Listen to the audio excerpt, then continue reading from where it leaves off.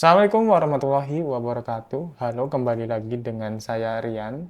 Sekarang kita masuk ke pertemuan lanjutan dari pertemuan kemarin yang sudah kita bahas, yaitu pertemuan tentang visualisasi data yang ke-1, di mana kita akan melanjutkan visualisasi data yang kedua ya, teman-teman.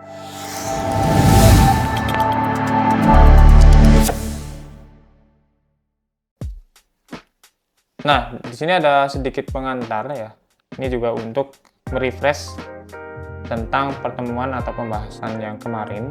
Jadi visualisasi itu tujuannya untuk mengubah data yang kita punya untuk kemudian divisualisasikan sedemikian rupa agar data yang kita punya atau informasi yang ingin kita sampaikan kepada atasan atau stakeholder atau audiens ya, itu dapat disampaikan dengan mudah dan mudah dipahami ya.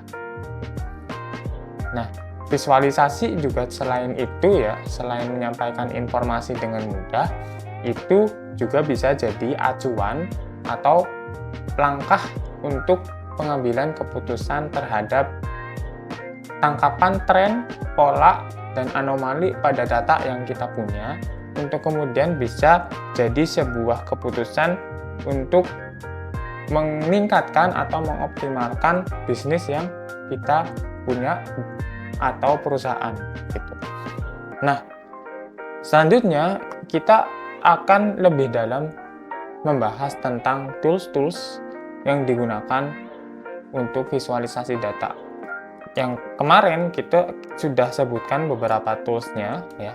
Di sini kita akan membahas tentang tools-tools yang berhubungan dengan teknikal ya, bagaimana cara kita memvisualisasikan datanya, baik itu melalui bahasa pemrograman Python hingga tools-tools dashboarding yang tanpa melakukan code ya. Nah, di sini ada tools yang pertama yang kita coba jabarkan, yaitu Google Data Studio. Nah, Google Data Studio itu sebenarnya platform ya yang disediakan oleh Google, di mana ini itu memfasilitasi kita untuk membuat visualisasi data yang menarik, interaktif, dan responsif ya. Dan itu bisa diakses secara publik atau online. Nah, Google Data Studio juga mengumpulkan metrik dan indikator yang mendukung pengambilan keputusan serta strategi ya. Tujuannya untuk mendukung langkah atau strategi yang akan kita ambil ke depannya. Nah, mengapa harus menggunakan Google Data Studio? Yang pertama, aksesnya itu gratis ya, dan dikembangkan oleh Google. Dia open source, kemudian kustomisasinya juga luas ya. Banyak macam-macam yang bisa kita buat ya berdasarkan template-template yang sudah ada maksudnya. Kemudian penggunaan datanya real time secara langsung bisa kita akses, dan source datanya juga banyak. Kemudian kolaborasi dan bisa berbagi dengan satu sama lain, berbagi dengan teman atau community. Kemudian visualisasi datanya yang kuat.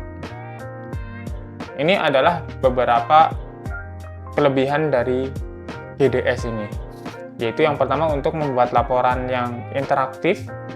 Kemudian tadi sudah dimention juga sumber datanya yang luas ya, jadi kita bisa mengambil data-data yang source-nya itu dari YouTube, Google Ads, Google Analytics, dan Google Spreadsheet. Sebenarnya banyak sekali ya sumber data yang bisa kita koneksikan kepada Google Data Studio, dan nanti bisa kita demonstrasikan mungkin sedikit ya source-nya nanti gitu.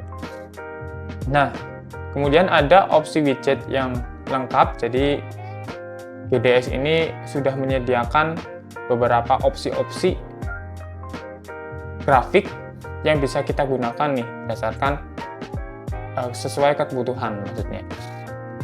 Kemudian visualisasi datanya yang fleksibel. Fleksibel itu artian kita bisa kustomisasi sesuai dengan apa yang kita butuhkan atau sesuai dengan apa yang kita inginkan.